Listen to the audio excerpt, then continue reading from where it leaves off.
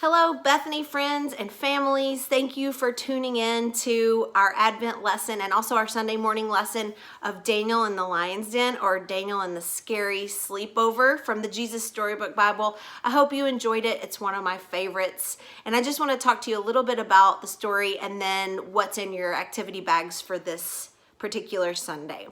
Daniel in the Lion's Den is one of my favorite stories, and mostly because of the lions. I love thinking about an amazing God that can shut the mouths of lions for his faithful servant Daniel that got tossed down into that scary, deep, dark pit.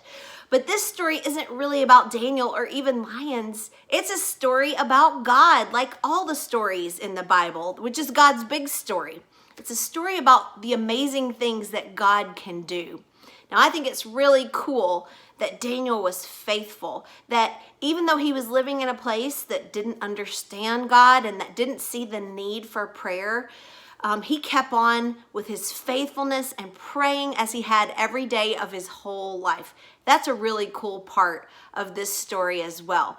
That even though we might be in times where things are not going our way, where people might even want to hurt us or wish us ill, we can be faithful. We can keep praying to God. We can keep letting him know the desires of our hearts, and if we're afraid, and what we hope for our families and our neighborhoods and our nation and our world.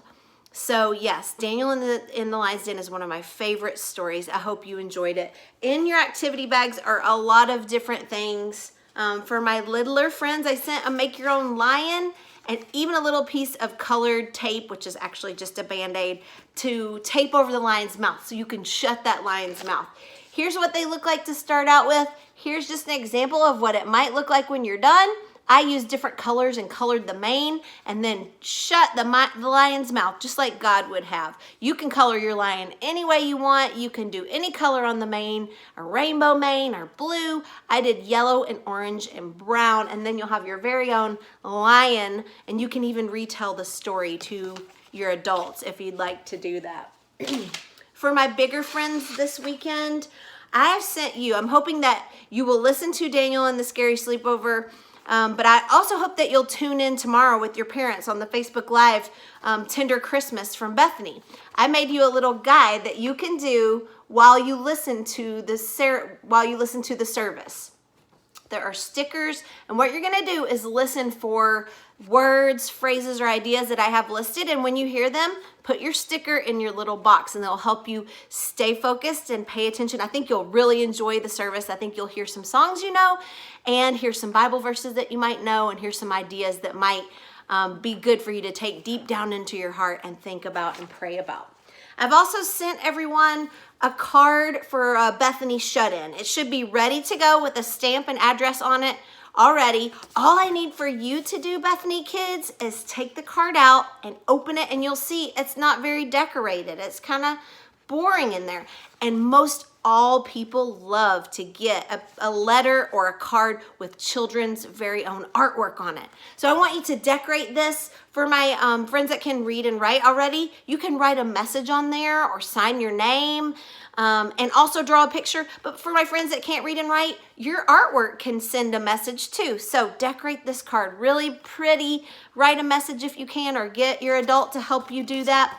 And then I want you to stick it back into the envelope and have your parents help you seal it up, and then it can go right into your mailbox, and hopefully it will get there by Christmas to some of our Bethany Shut-Ins who need a little bit of encouragement and would love to hear from some of you amazing and brilliant kids.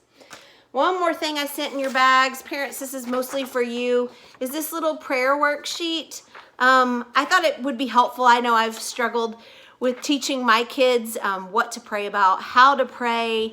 Sometimes we wonder if we're praying the right way. And by the way, there's no wrong or right way to pray to God, since God already knows our whole hearts. But this is just a little structuring thing that might help you teach your kids a way that they can structure their prayers. So it talks about ways they're going to pray for their family, their world, their community, their church, and their self. Bigger kids can fill this out or take a look at it by themselves. Littler kids might need an adult to look through it with them. Have a wonderful Sunday, everyone, and Merry Christmas.